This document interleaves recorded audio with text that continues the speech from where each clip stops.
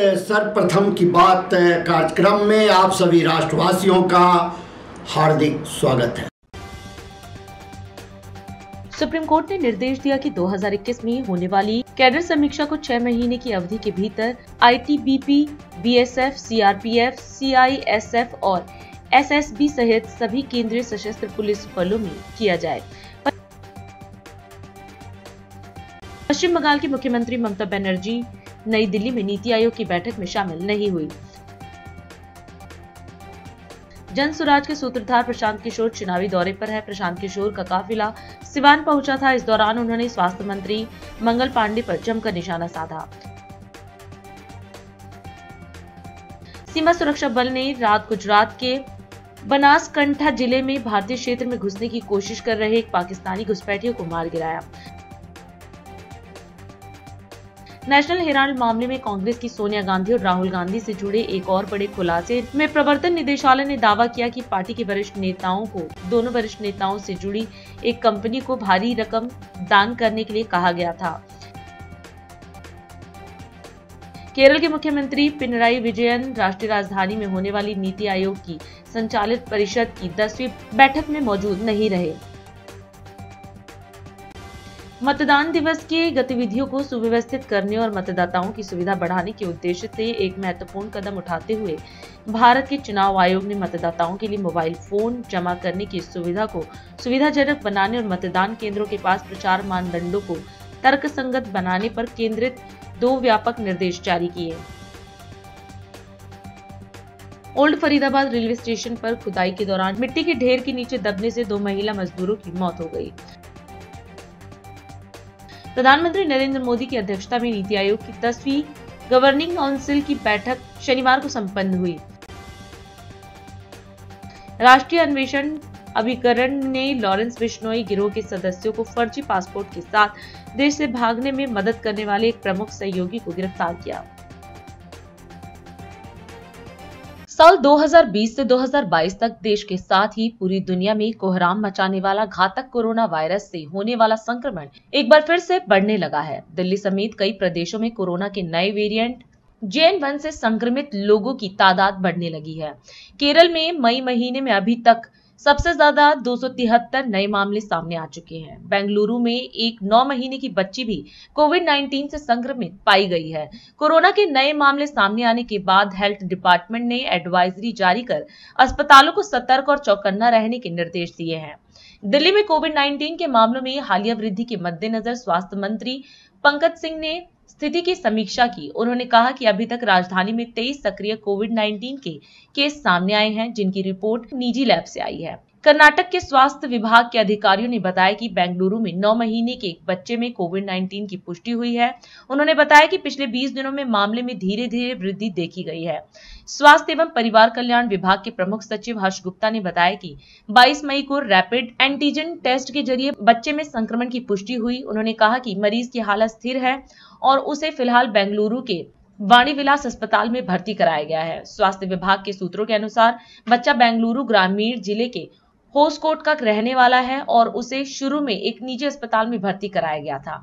स्वास्थ्य विभाग की ओर से जारी बयान में बताया गया है कि राज्य में अब तक कोविड-19 के 35 सक्रिय मामलों में से 32 बेंगलुरु से हैं। वहीं केरल की स्वास्थ्य मंत्री वीना जॉर्ज ने दक्षिण पूर्व एशिया में मामलों में वृद्धि के बाद दक्षिणी राज्य के सभी जिलों से कोविड-19 निगरानी बढ़ाने का आग्रह किया। जॉर्ज ने कहा कि स्वास्थ्य अधिकारियों को संक्रमण में किसी भी वृद्धि पर बारीकी से नजर रखनी चाहिए और त्वरित कार्रवाई करनी चाहिए। उन्होंने जिला चिकित्सा और निगरानी अधिकारियों के साथ बैठक के दौरान यह टिप्पणी की। मंत्री ने कहा कि मई में केरल में कोविड-19 के 273 मामले सामने आए। सबसे ज्यादा मामले कोट्टायम में 82, उसके बाद तिरुवनंतपुरम में 73, एर्नाकुलम में 49, पथानमथिट्टा में 30 और त्रिशूर में 26 मामले सामने आए हैं। राष्ट्रपति द्रौपदी मुर्मू ने राष्ट्रपति भवन में रक्षा अलंकरण समारोह 2025 के पहले चरण के दौरान सशस्त्र बलों, अर्धसैनिक बलों और राज्य व केंद्र शासित प्रदेशों की पुलिस के जवानों को वीरता पुरस्कार प्रदान किए।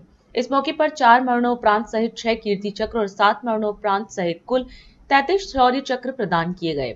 ये सम्मान ड्यूटी के दौरान अदम्य साहस और बहादुरी का प्रदर्शन करने वाले जवानों को दिए गए हैं। शत्रु का मुकाबला करने के सिवाय शौर्यपूर्ण कार्यों के लिए शौर्य चक्र मेजर वर्तमान में लेफ्टिनेंट कर्नल विजय वर्मा, राजपूत रेजिमेंट, 44वीं बटालियन राष्ट्रीय राइफल्स। उप commandant Vikrant Kumar, 203 cobra battalion, केंद्रीय रिजर्व पुलिस बल। इंस्पेक्टर जेफ्री हमंग चुल्लो, 203 कोबरा बटालियन, केंद्रीय रिजर्व पुलिस बल।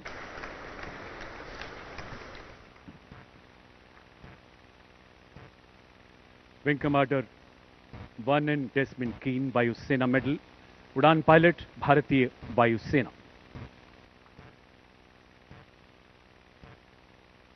स्क्वाड्रन लीडर दीपक कुमार, उड़ान पायलट, भारतीय वायुसेना।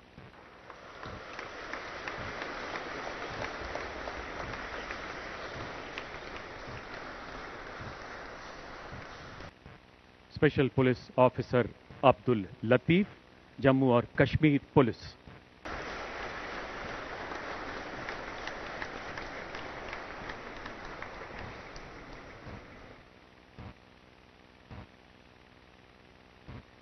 सूबेदार संजीव सिंह जसरोटिया, 5वीं बटालियन, जम्मू और Kashmir rifles.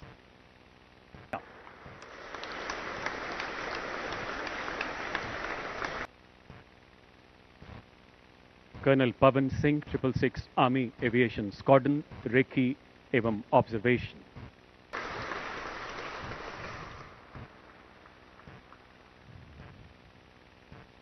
Shri Lakhvir, deputy commandant, Shri Rajesh Panchal, सहायक कमांडेंट, श्री मलकीत सिंह, सिपाही, जीडी, केंद्रीय रिजर्व पुलिस फोर्स। दिनांक 30 जनवरी 2024 को 201 कोबरा केंद्रीय रिजर्व पुलिस फोर्स ने नक्सलियों के गढ़ माने जाने वाले टेकल गुडियम, थाना जगरगुंडा, जिला सुकमा, छत्तीसगढ़ में एक नया फॉरवर्ड ऑपरेटिंग बेस स्थापित करने के लिए एक अभियान शुरू किया। जब 201 कोबरा कमांडो ने नए फॉरवर्ड ऑपरेटिंग बेस की घेराबंदी की तो उन्होंने हथियारबंद नक्सली को आगे बढ़ते हुए देखा।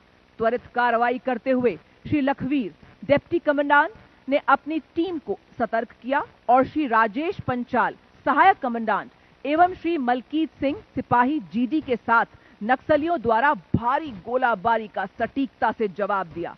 किंतु इसी बीच श्री लखवीर गंभीर रूप से घायल हुए। घायल होने के बावजूद अपने अदम्य साहस एवं कुशल नेतृत्व का परिचय दिया।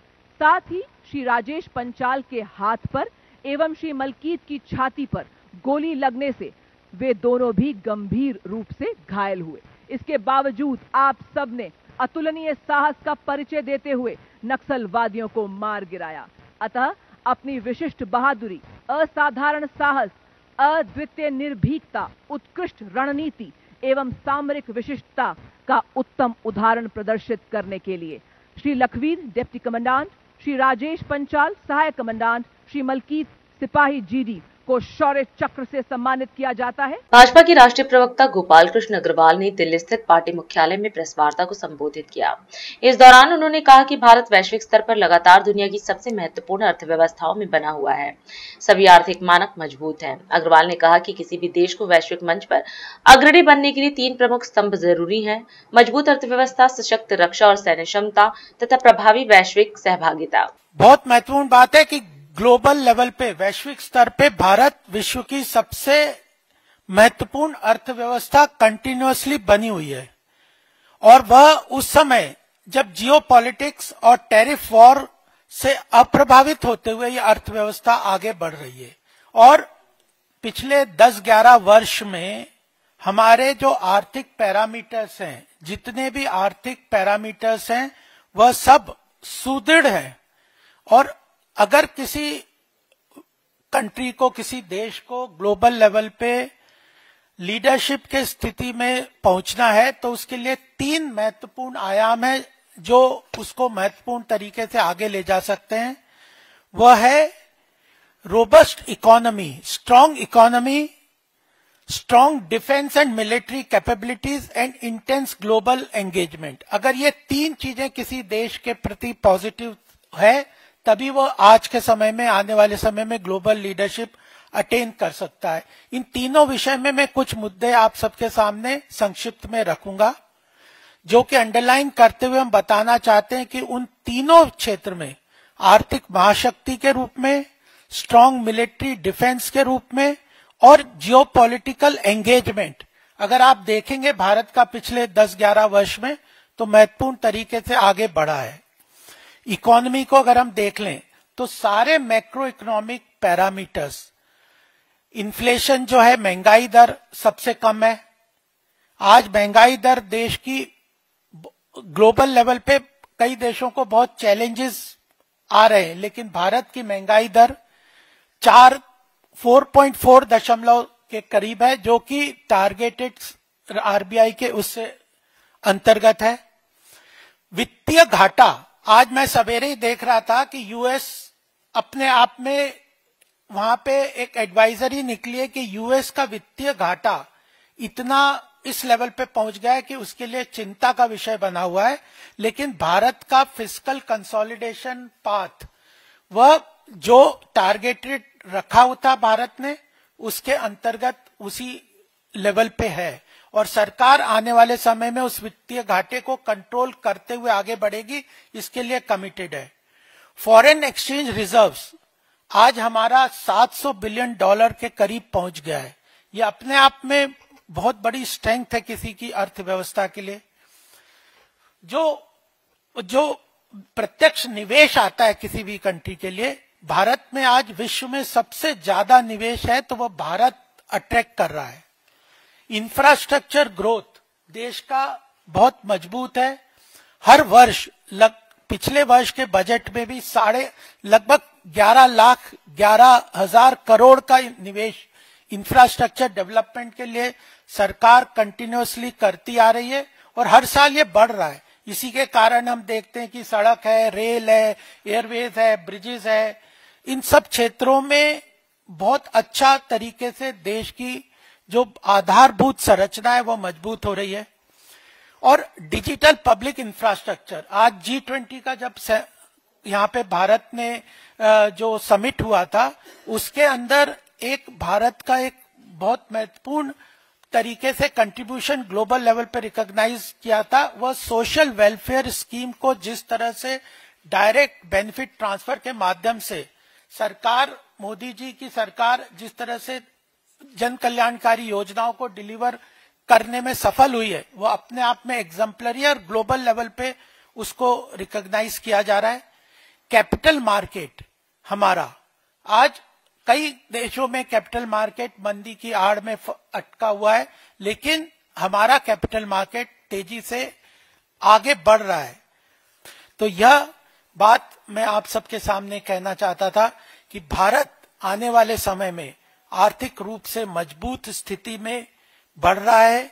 उसका डिफेंस इंडस्ट्री और मिलिट्री कैपेबिलिटीज अच्छी तरह से आगे बढ़ रही है और ग्लोबल आउटरीच, ग्लोबल प्लेटफॉर्म्स में महत्वपूर्ण योगदान करने का भी काम भारत सरकार कर रही है मोदी जी के नेतृत्व में। तो यह विकसित भारत के लक्ष्य को पूरा करने के लिए एक आयाम था जिसके बारे में मैं आपके सामने अपने विचार रखना चाहता था। अभी समय है एक ब्रेक का, हम चलते हैं ब्रेक पर, आप कहीं जाए नहीं, छोटा सा ब्रेक। श्रेया फर्निशिंग लेकर आया है आपके लिए होम कलेक्शन, जिसमें आपको मिलता है upholstery fabric, designer curtains, home and office decoratives, carpets and sofa cover कम से कम दाम में कीर्ति नगर में आपके लिए उपलब्ध है। Powered by Kamal Buildtech Private Limited, fulfilling promises. With our professional team and experience of delivering projects, in past we guarantee you peace of mind and top quality work in an affordable price. और अधिक खबरों के लिए आप हमारे YouTube channel दैनिक India दर्पण को अभी सब्सक्राइब करें और नोटिफिकेशन के लिए बेल आइकन को प्रेस करना ना भूलें। राष्ट्र सर्वप्रथम की बात कार्यक्रम में ब्रेक के बाद एक बार फिर आप सभी राष्ट्रवासियों का स्वागत। अंतर्राष्ट्रीय जैव विविधता दिवस पर मुख्यमंत्री योगी आदित्यनाथ ने लखनऊ में प्रकृति तथा सतत विकास के साथ सामंजस्य विषयक राष्ट्रीय संगोष्ठी 2025 का उद्घाटन किया। इस अवसर पर मुख्यमंत्री ने कहा कि भारत जैव विविधता के महत्व को भलीभांति समझता है और सतत विकास का ऐसा मॉडल अपनाना जरूरी है जो प्रकृति के साथ तालमेल रखे। इस अवसर पर उन्होंने ग्रीन बजट पुस्तिका का विमोचन किया और जैव विविधता पर आधारित प्रतियोगिताओं के विजेता छात्र छात्राओं को सम्मानित किया।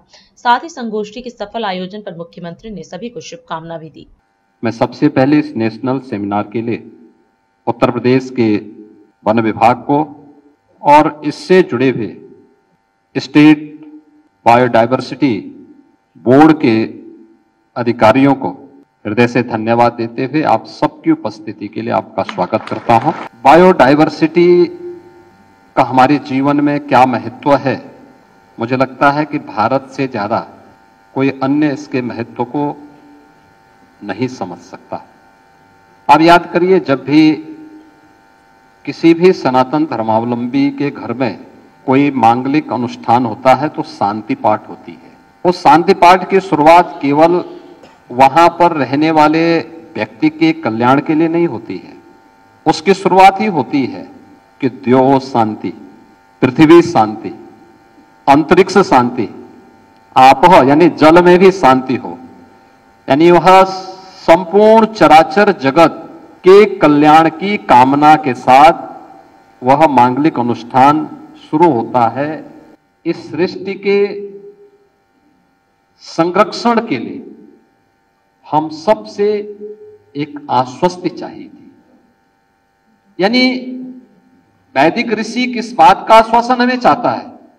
इस बात का आश्वासन चाहता है कि अगर मनुष्य को बने रहना है तो याद रखना, हमें इस चराचर जगत के बारे में सोचना पड़ेगा। केवल मनुष्य के बारे में नहीं, केवल जीवों के बारे में नहीं, केवल जंतुओं के बारे में नहीं, हमें उसकी उस पूरी विविधता के बारे में जिस पर जीवन चक्र आधारित है, इन सब के बारे में सोचना पड़ेगा। और इसीलिए तो अथर्ववेद ने कहा है कि धरती हमारी माता है, हम सब इसके पुत्र हैं। तो एक पुत्र के नाते हम अपनी जिम्मेदारियों का निर्वहन कितना कर पा रहे हैं, यह आज एक प्रश्न हम सबके सामने है। और इसीलिए दुनिया के मंचों में 1992 में इसमें चर्चा प्रारंभ हुई होगी।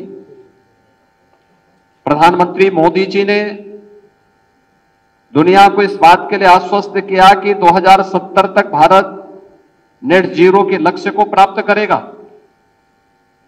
लेकिन इस लक्ष्य को प्राप्त करने का काम केवल सरकार के स्तर पर नहीं, बल्कि हम सबके सामूहिक प्रयास से जब एक कार्यक्रम आगे बढ़ेंगे तो इसके परिणाम हमारे सामने देखने को मिलेंगे। खासतौर पर आप देखते होंगे इन सभी बातों को लेकर के मैं इस बात को मानता हूं कि जो व्यक्ति प्रकृति के जितने अधिक नजदीक रहेगा वह उतना ही अपने को स्वस्थ महसूस करेगा। और आज इसके बहुत सारे अच्छे प्रयास हमारे स्तर पर हो सकते हैं। कैसे हम इन कार्यक्रमों को आगे बढ़ा सकते हैं, और इन कार्यक्रमों को लेकर के ही उत्तर प्रदेश का जो हमारा बायोडायवर्सिटी बोर्ड है उसने भी इन चीजों को लेकर के एक नए अभियान को आगे बढ़ाने के कार्यक्रम को, जिसे लेकर के आज नेशनल सेमिनार भी यहां पर आयोजित किया गया है, जिसका विजन ही इस बात को लेकर के है कि हम लोग इस अवसर पर एक harmony with nature and sustainable development, यानी प्रकृति और सतत विकास में समन्वय, एक सामंजस्य कैसे हम बना सकें। मैं आज के इस इंटरनेशनल बायोडायवर्सिटी डे के अवसर पर आयोजित इस नेशनल सेमिनार के लिए आप सबको हृदय से एक बार फिर से बधाई देता हूं, अपनी शुभकामनाएं देता हूं। धन्यवाद। जय हिंद। लाडवा में महर्षि कश्यप जयंती का राज्य स्तरीय समारोह आयोजित किया गया, जिसमें हरियाणा की मुख्यमंत्री नायाब सैनी शामिल हुए। उन्होंने भगवान महर्षि कश्यप को नमन करते हुए कहा कि यह केवल एक समारोह नहीं बल्कि हमारी सांस्कृतिक जड़ों से जुड़ने का अवसर है। मुख्यमंत्री ने कहा कि ऋषि मुनियों के सिद्धांत भारत की विकसित राष्ट्र बनाने में अहम भूमिका निभाते हैं। उन्होंने कश्यप समाज को बधाई दी और समाज के योगदान की सराहना की। आज मेरे लिए बड़े गर्व की बात है कि इस अवसर पर मैं महर्षि कश्यप जी को कोटि कोटि नमन और उनको वंदन करता हूं। आज मेरे लिए ये बहुत ही गर्व का दिन है कि मैं लाडवा की इस पवित्र भूमि पर आप सबके बीच में उपस्थित हूं, तो मेरे मन में जो श्रद्धा, गौरव और एक विशेष भावनात्मक जुड़ाव, यह सिर्फ महर्षि कश्यप जी के चरणों में आकर के मिल रहा है। मैं बताना चाहता हूं कि यह सिर्फ एक समारोह नहीं, बल्कि इस प्रकार के दिवस मनाने के लिए ये हमारी संस्कृति की जड़ों से ये जुड़ने का एक हमारा माध्यम है, मैं अवसर है। इसके लिए आप सबको बहुत बहुत बधाई और शुभकामनाएं देता हूं। हमारे लिए ये देश की आत्मा, हमारे देश की ये आत्मा ऋषि मुनियों में बसती है, इसको हम सब जानते हैं। जिस समय संसार की सभ्यता का कोई नामो निशान नहीं था, उस समय हमारे ऋषि मुनि वैज्ञानिक चिंतन कर रहे थे। वे जलवायु, अग्नि, पृथ्वी और आकाश, पंच तत्वों का रहस्य जान रहे थे। और मुझे खुशी है कि महर्षि कश्यप भारतीय संस्कृति और आध्यात्मिकता के ऐसे ही एक प्रकाश स्तंभ हुए हैं। उन्हें सृष्टि के रचयिता के रूप में भी जाना जाता है। मुझे खुशी है कि महर्षि कश्यप सप्त ऋषियों में से एक थे, महान परोपकारी और प्रजापालक वो थे। उन्होंने समाज को एक नई दिशा देने के लिए स्मृति ग्रंथ और कश्यप संहिता जैसे महान ग्रंथ की रचना महर्षि कश्यप ने की है। मुझे खुशी है कि उन्होंने ज्ञान, तप और अनुसंधान के मानव सभ्यता को एक नई दिशा देने का काम महर्षि कश्यप ने किया है। मुझे ये भी खुशी है कि साथ ही उन्होंने अपने वंशजों को स्वाभिमान, परिश्रम और संस्कारों की परंपरा भी वो दी है। मुझे खुशी है कि महर्षि कश्यप ब्रह्मा जी के मानस पुत्र, प्रजापति मरीचि के विद्वान पुत्र थे। हम सब जानते हैं, हम उनके वंशज हैं। पुराणों के अनुसार हम सभी उन्हीं के ही संतान हैं। उनके द्वारा संपूर्ण सृष्टि की रचना और में दिए गए योगदान की अमर गाथा हमारे वेदों, पुराणों, उपनिषदों और अनेक धार्मिक ग्रंथों में वो लिखी हुई है। मुझे ये भी खुशी है कि समानता, स्वतंत्रता, बंधुता महर्षि कश्यप जी का ही संदेश था। हमारे संविधान का आधार भी आगे आकर के बने हैं। इस समय जब हम संविधान का अमृत महोत्सव मना रहे हैं, तो महर्षि कश्यप जी के सिद्धांत भारत को विकसित राष्ट्र की तरफ ले जाने में ये महत्वपूर्ण साबित हो रहे हैं। मुझे खुशी है। मुझे ये भी खुशी है कि महर्षि कश्यप जी के वंश में अनेक महान संत और समाज सुधारक और योद्धा वो पैदा हुए हैं।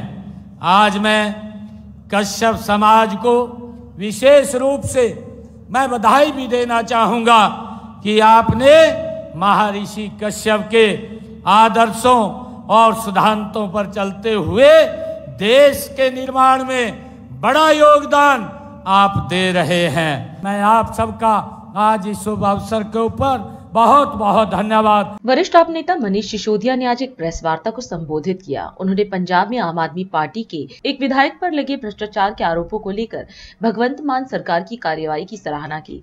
सिसोदिया ने कहा कि अरविंद केजरीवाल के नेतृत्व में हमारी सरकार भ्रष्टाचार के खिलाफ जीरो टॉलरेंस की नीति पर काम करती है। उन्होंने बताया कि सीएम भगवंत मान ने अपनी ही पार्टी के विधायक के खिलाफ बिना किसी देरी के सख्त कदम उठाए। वहीं सिसोदिया ने गुजरात की बीजेपी सरकार पर हमला बोलते हुए कहा कि दाहोद में मनरेगा में 71 करोड़ का बड़ा घोटाला सामने आया है। इस मामले में पंचायती राज मंत्री के 2 बेटे और भतीजा गिरफ्तार हो चुके हैं, लेकिन अब तक न तो मंत्री से इस्तीफा दिया गया है और न ही उनके खिलाफ कोई कार्रवाई हुई है। आपने देखा कि कल किस तरह से पंजाब में जब हमारे किसी एक एमएलए ने जनता के साथ गड़बड़ की, भ्रष्टाचार किया, तो भगवंत मान जी की सरकार ने केजरीवाल जी के मार्गदर्शन में उसमें अपने ही एमएलए के खिलाफ एक्शन लेने में कोई कोताही नहीं की। यही अरविंद केजरीवाल जी की राजनीति है, यही भगवंत मान जी की सरकार का। और दिल्ली में जब हमारी सरकार थी तो दिल्ली की हमारी सरकार का एक मोटो था कि भ्रष्टाचार बर्दाश्त नहीं होगा, भ्रष्टाचार में कोई भी लिप्त पाया जाएगा, जो भी जनता के साथ गद्दारी करेगा उसको छोड़ा नहीं जाएगा, वो कहीं हो कोई हो। लेकिन आज आपके सामने भारतीय जनता पार्टी के मॉडल की भी एक मैं तस्वीर रखना चाहता हूं।